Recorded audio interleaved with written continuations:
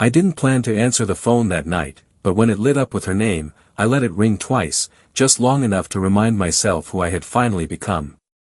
Free, untouchable, finished with her. Yet, I answered anyway, because revenge tastes better when you hear them swallow it.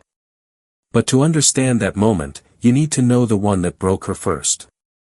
I was thousands of miles away when it happened, standing on a balcony overlooking a foreign city I had chosen purely because it didn't remind me of her. My divorce papers were still warm. Her wedding pictures were already online. And during their reception, right after the vows she used to read to me, a guest leaned close to her, smiling the way people do when they think truth is harmless. You know, your first husband was way too good for you. I still don't understand why you treated him like that. Silence. The wrong kind. The kind that stops the music, even if the speakers are still playing. Someone snapped a photo of her face at that exact moment. I didn't see the smile she rehearsed for weeks. I saw the truth punch her across the mouth. And that was the first time she realized something terrifying. She lost the one person who kept her from looking like the villain she actually was. Her reception was everything she always said she wanted with me. A chandelier ballroom, imported roses, a custom three-tiered cake with initials that weren't mine. Her husband, the longtime lover she swore was just a friend, hovered around her proudly, blissfully unaware that he was just a rebound in a tuxedo. People danced. Cameras flashed. But beneath the glitter, something sour seeped through. They whispered. They compared. They remembered. I wasn't there, but I knew the atmosphere by heart. She craved perfection. She got pity dressed as congratulations. The guest who said it wasn't malicious, just honest. You downgraded. He laughed lightly, patting her shoulder. Your ex treated you like a queen. This guy? Well. He shrugged. Good luck. Then he walked away, leaving her choking on a truth she couldn't unhear. People around her tried to pretend they didn't hear it.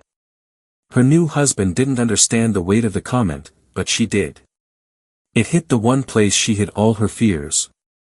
She had married the man she cheated with, but she still wanted to be the woman I used to believe she was.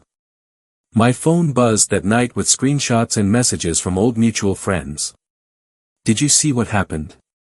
She looked destroyed, man. You dodged a bullet. And I just stood there on that balcony listening to the quiet hum of a city that asked nothing of me. That's when it clicked. I didn't want her back. I wanted her to see herself without the mask I used to hold up for her. That was the moment revenge stopped being a fantasy and became a blueprint. I didn't yell. I didn't gloat. I didn't post anything. Silence works harder than fury. I blocked her family first, not out of anger, but strategy. I removed my name from every joint account she thought I'd lazily leave behind. I pulled the last of my belongings from storage without a word. I told my friends never to defend me again. Let her hear the unfiltered truth for once. And the biggest move, I walked away from every narrative that kept her relevant. No messages, no explanations, no late-night closure. I erased myself from her world so completely that even nostalgia couldn't find me. The unraveling began days after the wedding. Step 1, Financial reality. She married her lover, assuming he had the stability I once offered. He didn't. Within a week, she learned her new life came with bills, not gifts. Step 2, Social mirror. Her friends started dropping hints. Soft at first, then sharp. How did you let him go? You were better with your ex.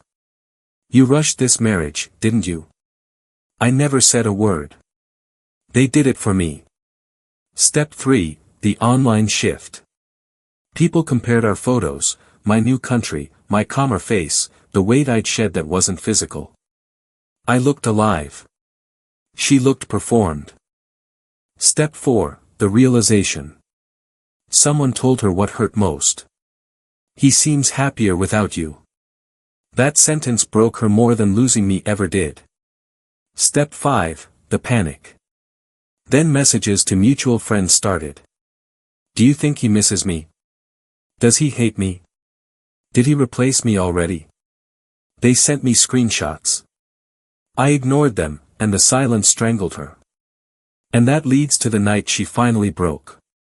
My phone lit up at 11:43 p.m. Her name, her number, her choice. I answered with a steady, controlled breath. I didn't say hello. All I heard was her shaking voice. Why aren't you angry?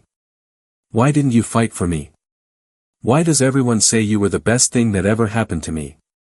I let the questions burn out in the space between us. Then calmly, almost gently, I told her the truth. Because I stopped trying. The moment I realized you weren't losing me, you were losing the person I used to become for you. Now you're left with the man you lied for, and I'm left with myself. That's the difference. Silence, heavy, defeated, final. She exhaled a small, broken sound, and I ended the call. Some endings don't need revenge. They just need distance long enough for the truth to echo.